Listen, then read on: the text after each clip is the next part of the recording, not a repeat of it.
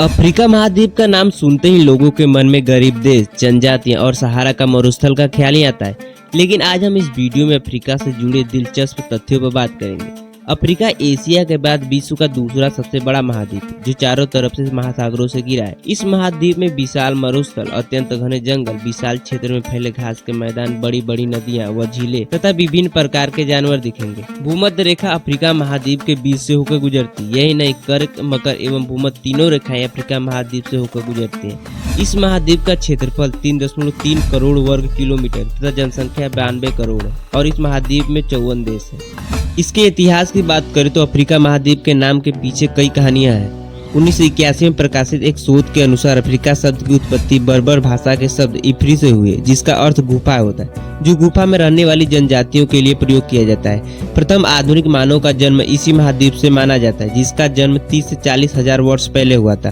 तथा प्रचलित मिस्र सभ्यता इसी महाद्वीप में फली, जो नील नदी की घाटी में 4000 वर्ष पूर्व प्रारंभ हुई। भारत की हड़प्पा सभ्यता का संबंध भी मिस्र की सभ्यता से माना जाता है।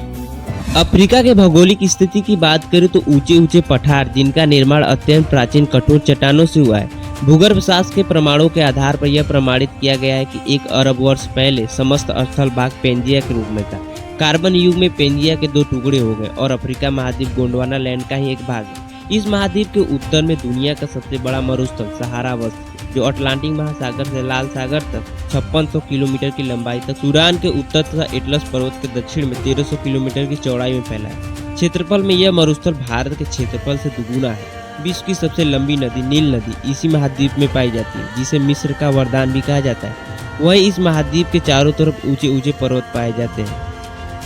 जलवायु की बात करें तो भूमध्य रेखा अफ्रीका महाद्वीप के लगभग मध्य से होकर गुजरती है। इसके उत्तर में कर्क रेखा तथा दक्षिण में मकर रेखा है। इस प्रकार महाद्वीप का अधिकांश भाग उष्ण कटिबंध में पड़ता है। उत्तर एवं दक्षिण के बहुत कम भाग समशीतोष्ण कटिबंध में पड़ते हैं, अतः यहाँ वर्ष भर ऊंचा तापमान रहता है। अफ्रीका एक विशाल महाद्वीप है, जिसका अधिकांश भाग पूर्वी या व्यापारिक हवाओं के प्रभाव में रहता है, जिसके कारण महाद्वीप के पूर्वी भाग में तो वर्षा होती है, परंतु पश्चिमी भाग में हवाएं आते आते शुष्क हो जाती है। अफ्रीका महाद्वीप के पश्चिमी तट पर केरी की शीतल धारा तथा दक्षिण में बेंगुला की शीतल धारा बहती है, जिसके कारण अफ्रीका महाद्वीप के पश्चिमी भाग में तापमान कम रहता है। अफ्रीका के वन जीव की बात करें तो अफ्रीका में जलवायु की विभिन्नता के आधार पर विभिन्न प्रकार की प्राकृतिक वनस्पतियां पाई जाती है। भूमध्य रेखीय क्षेत्र में अधिक गर्मी एवं वर्षा के कारण घने वन पाए जाते हैं। इसी वनों में पाई जाने वाली वृक्षों की पत्तियां चौड़ी होती हैं, जिन्हें सदाबहार वन कहते हैं। इस वनों में विभिन्न प्रकार के जानवर पाए जाते हैं। शेर, हाथी, जिराफ जैसे जानवर पाए जाते हैं। वहीं यहाँ पर सवाना घास का मैदान पाया जाता है। यहाँ बड़े आकार तथा घोड़े के समान तेज दौड़ने वाली शुतुरमुर्ग नामक पक्षी भी पाई जाती है। प्राकृतिक संसाधनों से परिपूर्ण होते हुए भी अफ्रीका विश्व का सबसे दरिद्र और सबसे अविकसित भूभाग है।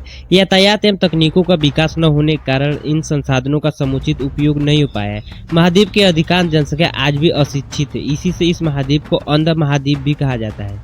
औद्योगिक क्रांति के कारण यूरोप वालों को कच्चा माल प्राप्त करने तथा निर्मित माल बेचने के लिए अफ्रीका की खोज करने की आवश्यकता पड़ी। शीघ्र ही पता चला कि यह हीरा, सोना, तांबा एवं यूरेनियम का भंडार है। औद्योगिक क्रांति के कारण यूरोप वालों को कच्चा माल प्राप्त करने तथा निर्मित माल बेचने के लिए अफ्रीका की खोज करने की आवश्यकता पड़ी। शीघ्र ही पता चला कि यहाँ हीरा, सोना, तांबा या यूरेनियम का भंडार गृह है, अतः इसके संसाधनों का दोहन आरंभ हुआ। प्राय सभी अफ्रीकी देश यूरोपीय शक्तियों द्वारा अपने अधीन कर लिए गए।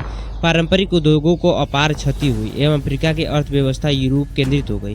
किसानों को यूरोपीय उद्योगों के लिए कच्चा माल उगाने के लिए बाध्य कर दिया गया। जलवायु और मिट्टी की विभिन्नता के कारण अफ्रीका में भिन्न भिन्न प्रकार की फसलों की खेती की जाती है। ज्वार, बाजरा, गेहूँ, कौसावा, कपास, मूंगफली, कोको, विभिन्न प्रकार के फल तथा कुछ मसाले जैसे लौंग आदि अफ्रीका के मुख्य फसलें हैं। अफ्रीका की जनसंख्या में पिछले 40 वर्षों में काफी वृद्धि हुई, जिस कारण से जनसंख्या का बड़ा प्रतिशत 25 वर्ष से कम आयु का है। अफ्रीका में सबसे अधिक जनसंख्या नील नदी की घाटी, भूमध्य सागरीय तट, कीनिया एवं अबिसिनिया के पठार, पश्चिमी सूडान, गिनी तट पर मिलती है। अफ्रीकी संस्कृति विश्व की सबसे प्राचीन और सबसे अधिक विविधता वाली संस्कृति है। अफ्रीका के भोजन और पेय में अपनी स्थानीय पहचान के साथ साथ उपनिवेशीय खाद्य परंपराओं की झलक देखी जा सकती है। काली मिर्च, मूंगफली और मक्के जैसे खाद्य उत्पादों का प्रयोग यहाँ खूब किया जाता है। अफ्रीकी भोजन पारंपरिक फसलों, तरकारियों, दूध और मांस उत्पादों का सुदूर संयोजन है। अफ्रीकी गांवों का आहार प्राय दूध, दही और छाछ है। शिकार और मछलियाँ भी यहाँ लोकप्रिय भोजन में शामिल है।